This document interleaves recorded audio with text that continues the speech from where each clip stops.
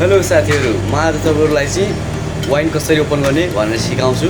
यदि थाहा छ भने चाहिँ ठिक छ होइन, थाहा छैन भने चाहिँ पक्कै पनि आज मेरो भिडियो हेरेर यहाँहरूले सिक्नुहुनेछ भन्ने आशा छ। वाइन ओपनरलाई चाहिँ ओपन गर्ने होइन फर्स्ट, अनि त्यसपछि ल्याएर यो वाइनको यसलाई चाहिँ यहाँबाट सानो रिबन जस्तो दिएको हुन्छ, यसलाई चाहिँ तानेर यसो गरेर ओपन हुन्छ यो।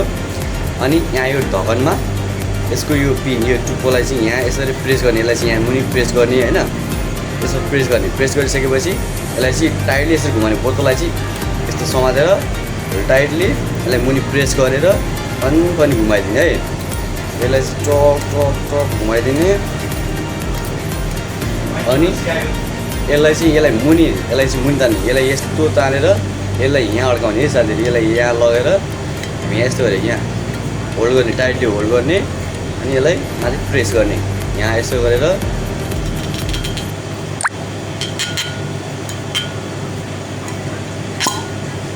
यसरी ओपन हुन्छ।